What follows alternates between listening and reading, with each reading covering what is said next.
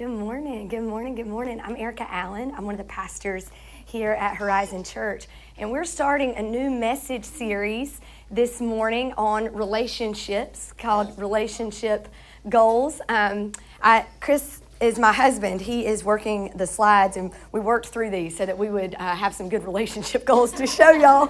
And today I didn't want to show you what not to do in relationships this morning. But the relationships are the basis of our lives. Our marriages, our relationships with people that we work with, our friendships, our relationships with people in our family. Relationships are literally the basis of our lives.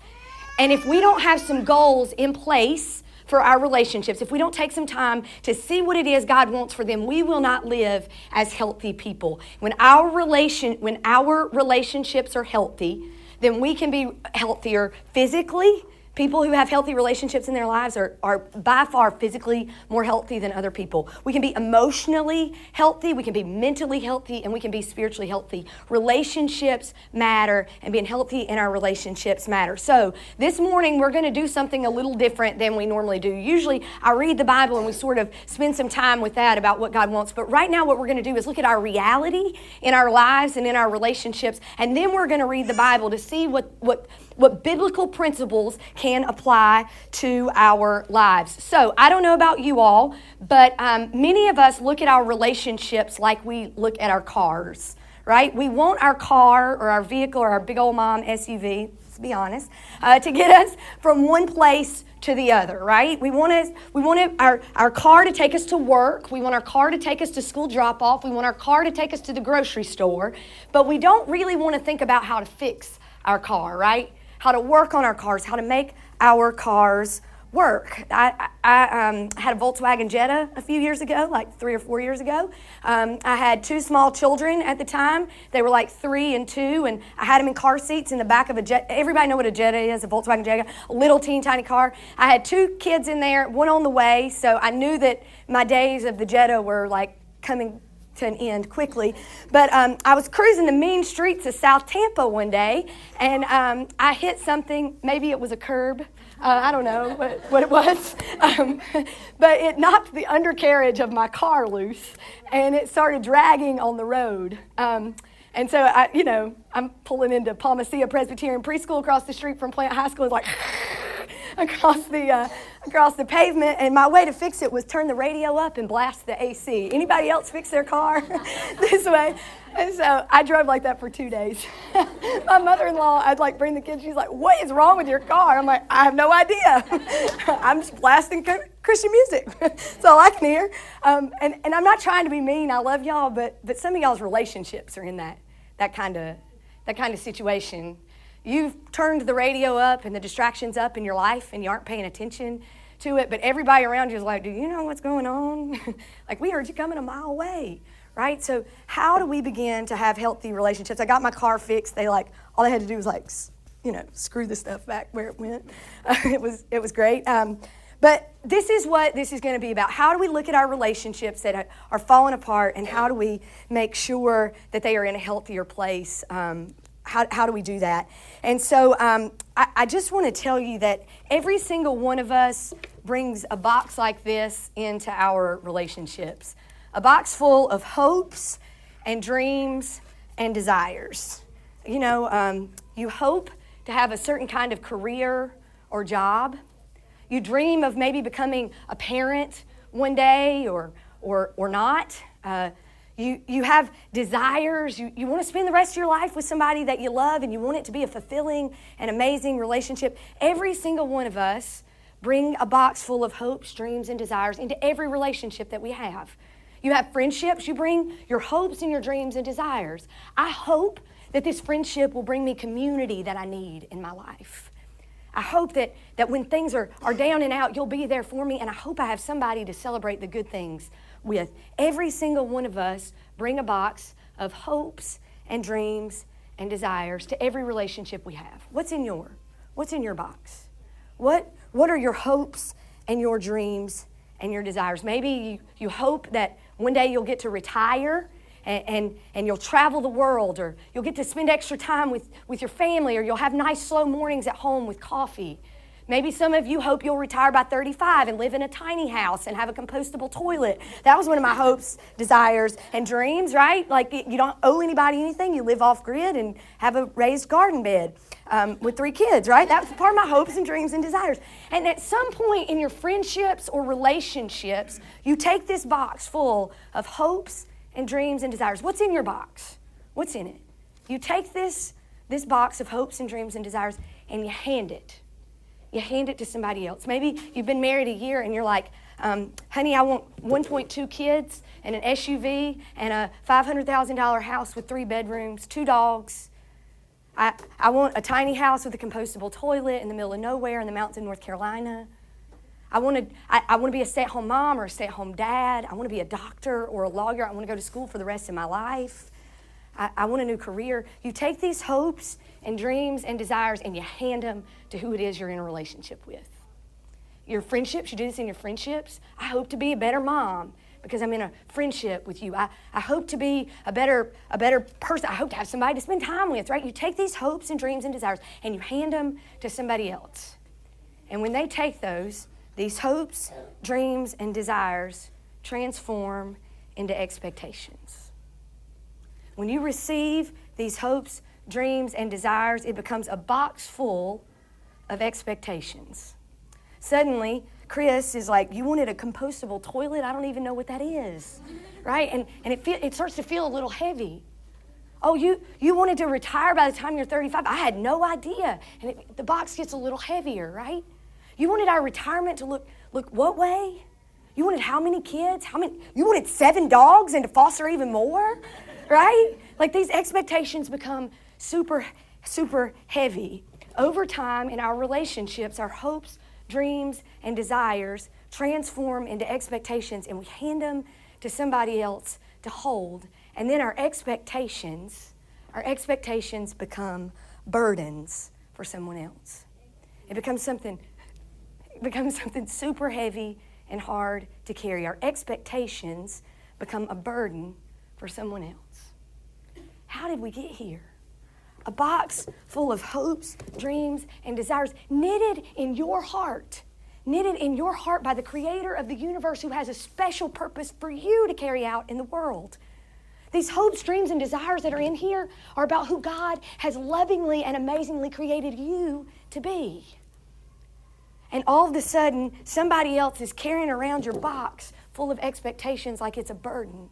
And we're living in unfulfilled and unhappy relationships, friendships, marriages, our family, our relationship with our extended family. Suddenly, we're carrying around all of these burdens. How did we get here?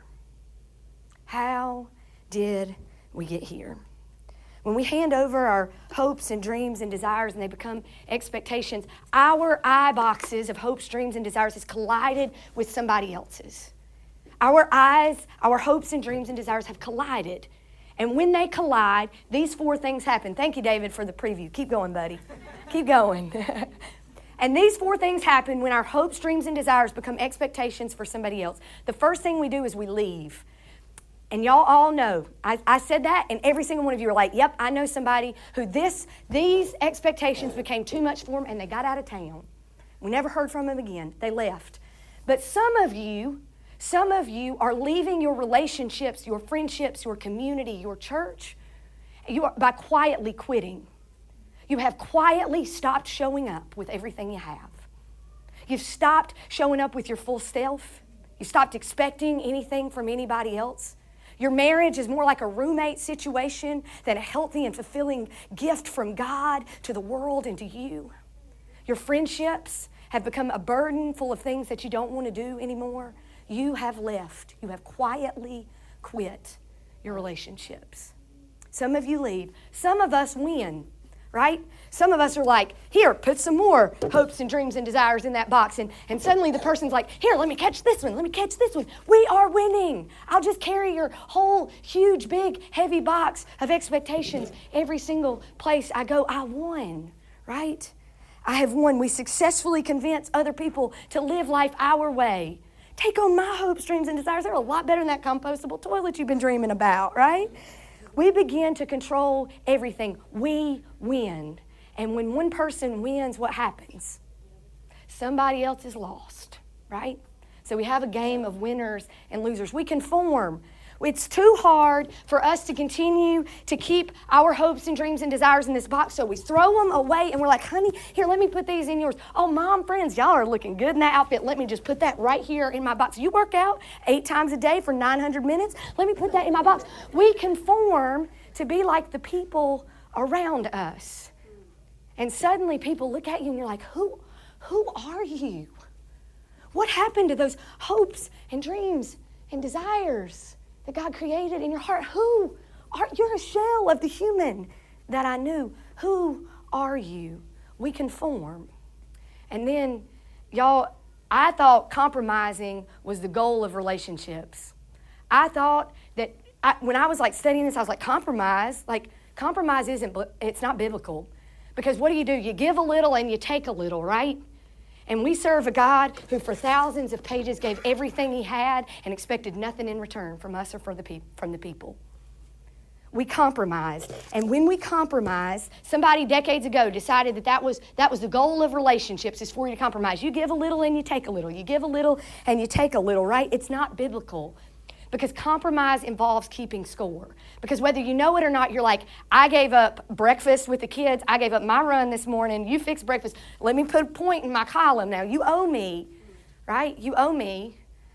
What is it for your friendships? Like, I took your kid to school 3 days this week. I picked him up from practice 2 days this week. I've got some check marks over here, and you've got none. Compromise is about keeping score. And in a relationship where you are keeping score, in a friendship, in an extended family where you're keeping score, in a marriage where you're keeping score, trust is low because you're always looking over your shoulder wondering who's taking advantage of you. And when trust is low, intimacy is low. You can't be real with anybody.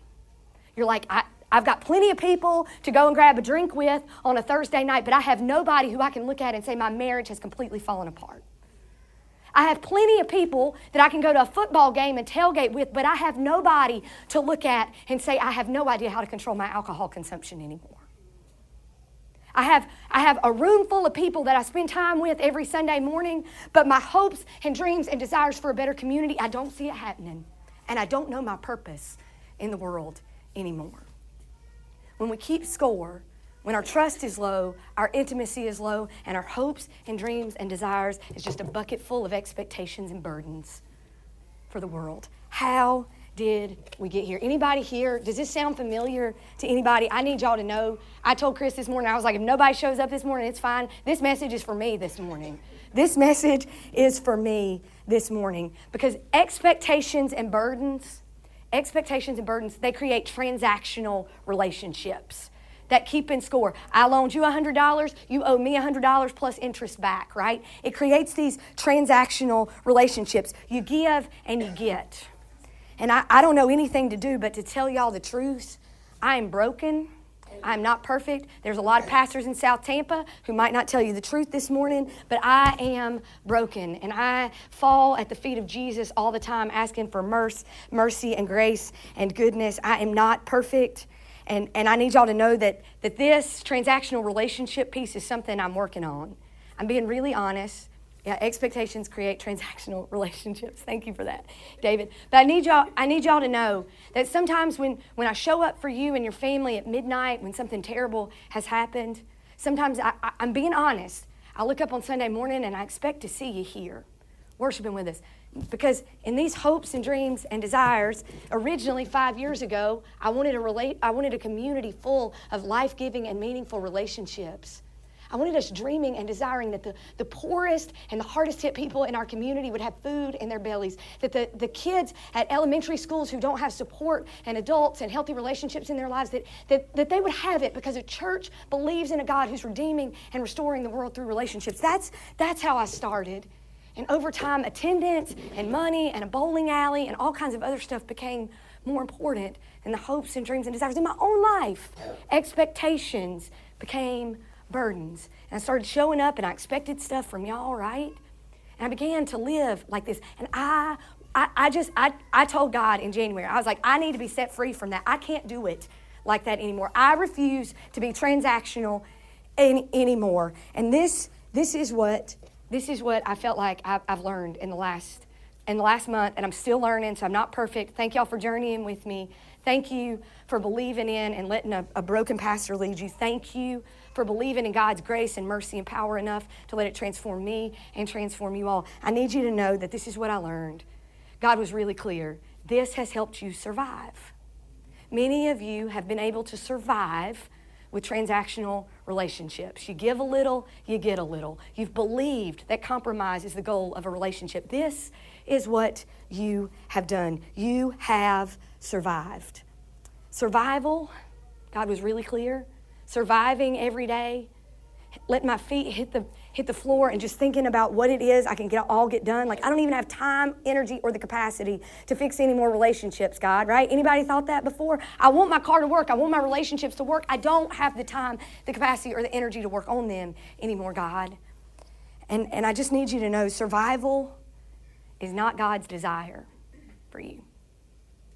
Simply surviving is not God's desire for you.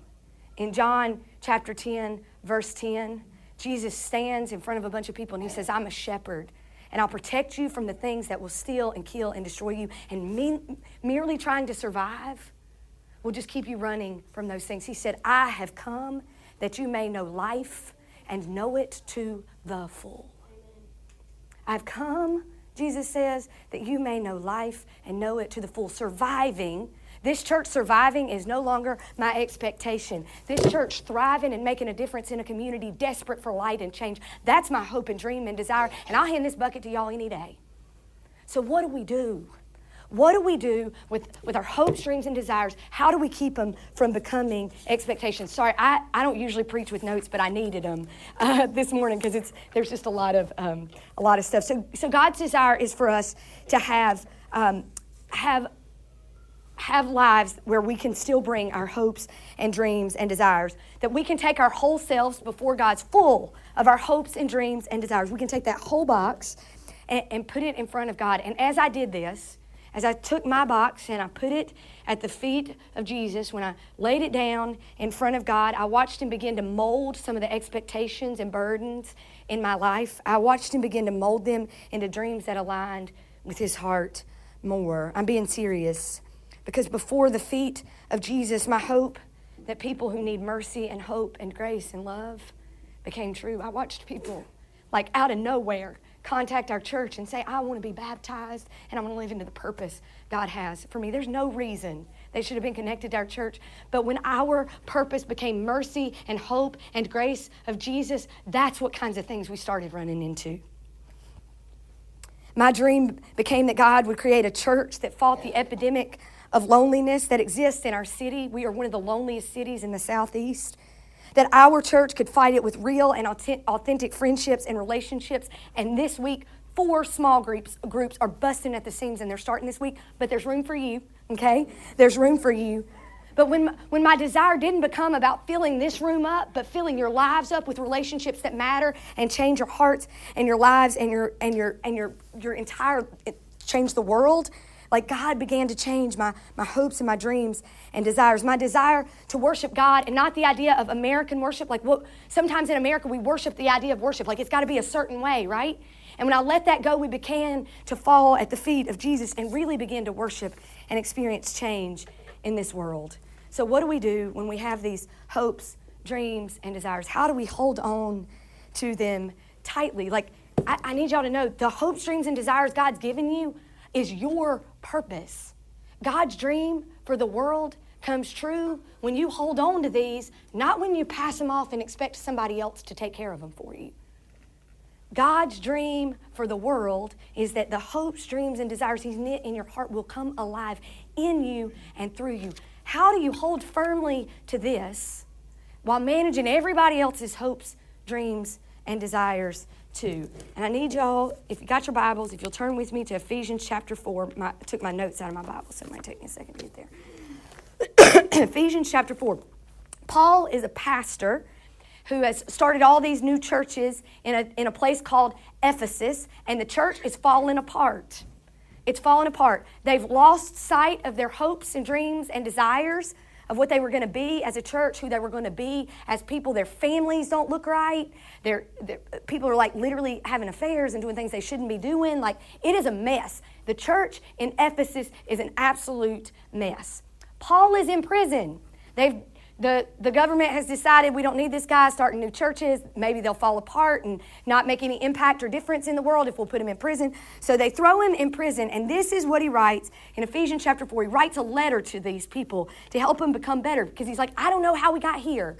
I don't know why y'all are carrying around all these heavy boxes of terrible, unfulfilling relationships, and you're just figuring out how to survive. That's not what we started this church for. It was for people to thrive, right? It was for light and change. And this is what he says in Ephesians chapter 4. He says, as a prisoner, so he's in prison, for the Lord, I urge you to live a life worthy of the calling you have received. This is what Paul says. You want to be a healthy church again? I need you to get real about your hopes and dreams and desires. I need you to hold on to them, and I need you to figure out what to do with them. Live a life worthy of the calling God has placed on you.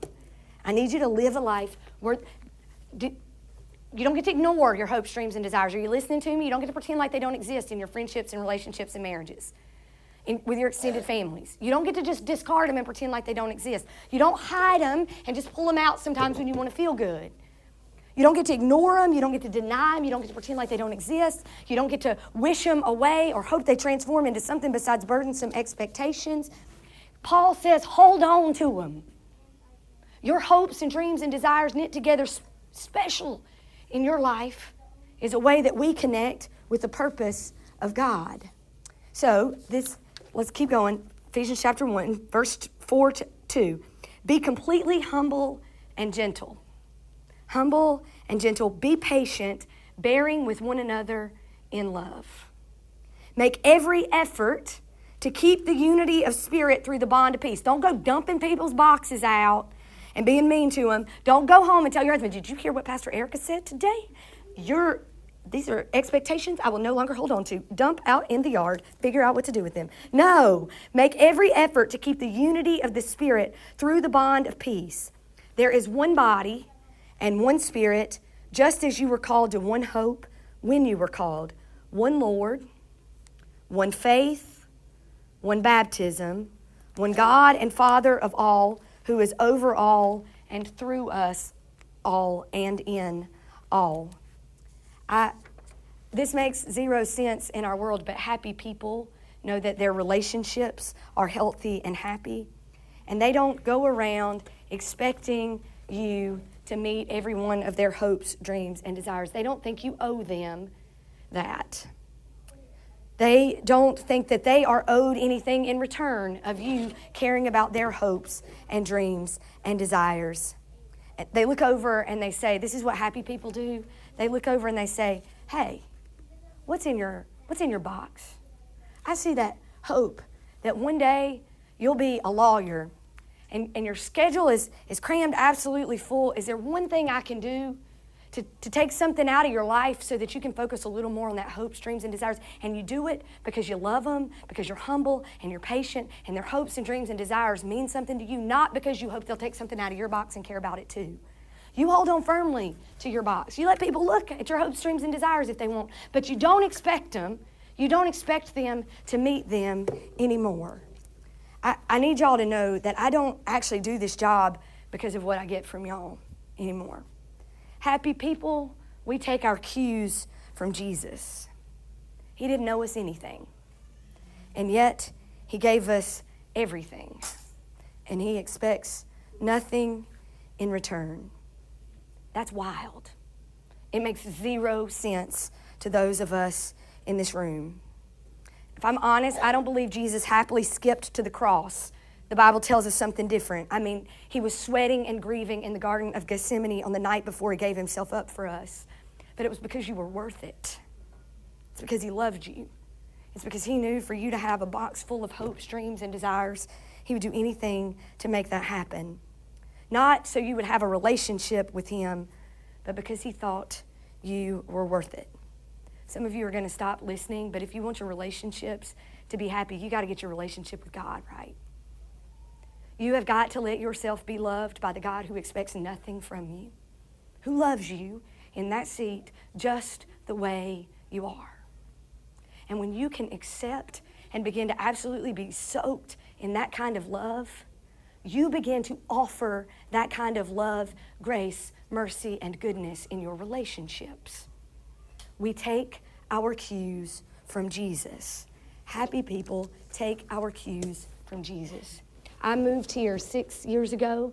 I was in Starbucks coffee shop having some coffee one day when a young mom with a toddler and a little bitty baby boy comes into the Starbucks, and I started a conversation with her, and she tells me her name is Sasha Ledney, and she has 2 kids. We start talking about, the fact that I just moved here. I'm like 6 months pregnant at the time. I have a little teeny tiny baby at home, and we start talking sort of about me starting this new church and what it was going to look like. And we were talking and stuff for a little bit, and she's like, hey, can I have your phone number? And she took my phone number, and a couple days later, Sasha texted me, and she said, I'm a church planner. I've moved here to Tampa. I know my in-laws, and that's it, and Chris, and that's it. I have a new baby. I have a baby on the way. I have no friends. I have no idea what I'm going to do. I'm actually kind of lonely, if I'm being really honest with y'all, and I'm sitting in Starbucks trying to make friends and tell people I'm starting a church. Like, that's not a good way to make friends. If anybody's wondering, like, don't sit there with your laptop and be like, I'm starting a church. Want to come? Where does it meet? We don't meet yet. Oh, sure, we'll sign. They don't sign up for that. But Sasha wasn't freaked out by any of that. She just saw me sitting there, pregnant and in need of a friend, and she gets my phone number. And 3 days later, I had a huge garbage bag full of maternity clothes on my front porch. And that might not sound like much, but I didn't even know how to buy maternity clothes. I didn't know that's what you need. We adopted our son, so this was the first time I had been pregnant. And I have a bag full of maternity clothes, and I'll never forget that I opened the door after she texted, and I pulled it inside, and I started going through the clothes. And 6 months pregnant, I don't know if it was the hormones or what was going on, but I just remember crying because somebody gave me what she had and expected nothing in return. Our first service, when we did meet, you know who was there? Sasha and Justin and their family. Because our church is going to be built off of, do y'all hear me? We don't need some huge program. We don't need some big, huge, organized $1 million program where we're meeting all these needs. We simply need to be good friends and have good relationships because that's what the world needs more of. She saw a need. And she packed up her old maternity clothes and she gave them to me. They were the prettiest things I've ever had, right? And I remember sitting there crying because somebody saw me and my need, expected nothing from me, expected absolutely nothing from me, but wanted me to experience the fullness and the goodness of a pregnancy that I was so blessed to get to have. This is the kind of relationships God wants for you, where you get to hold tightly to your hopes and dreams and desires. You're not passing them off as burdensome expectations to other people, but that you hold them firmly, you take care of them, and that some other people just look in there and say, how can I help you with that hope or dream or desire? People like you who take your cue from Jesus, who loves you and saw you worthy enough to give everything he had for you. People like you who can't keep that secret anymore, who have to use your hands and your feet and your mouth and your ears and your eyes to let that love and goodness be known. What do happy people know? What's your relationship goal? To take your cues from Jesus. Quit keeping score. Hold on to the hopes, dreams, and desires he's given you and care about other people's hopes, dreams, and desires too. Will you pray with me? God, we thank you so much that you see us. You see us in our hopes and our dreams and our desires, and you love us. We thank you that you surround people around us who also see our hopes and dreams and desires and who want to see them come alive. We're sorry for the burdensome expectations we've passed on to other people. Teach us how to hold our hopes and our dreams and our desires, how to live into our purpose in a community bound together with good and healthy relationship goals. And more than anything, God, we thank you for Jesus. We thank you for Jesus, who taught us how to love by loving us so deeply and so fully first. Help us Help us people who've been living in a culture that teaches us we have to earn love. God, that we don't have to do anything. We can simply receive it. And God, let us freely give that kind of love to the people around us. Amen.